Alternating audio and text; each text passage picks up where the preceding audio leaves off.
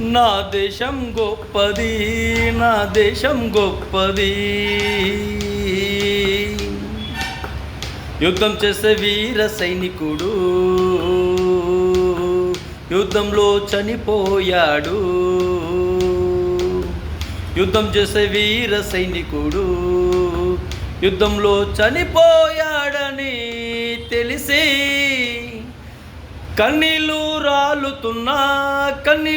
రాలుతున్నా కడుపు కోత వెళ్ళిపోయిందని ఆ కన్నీళ్లను బిగబట్టింది, కడుపు కోతను మిగిలించింది. అయినా దేశం కోసం ప్రాణాలు వదిలాడు నా బిడ్డ వీర సైనికుడని.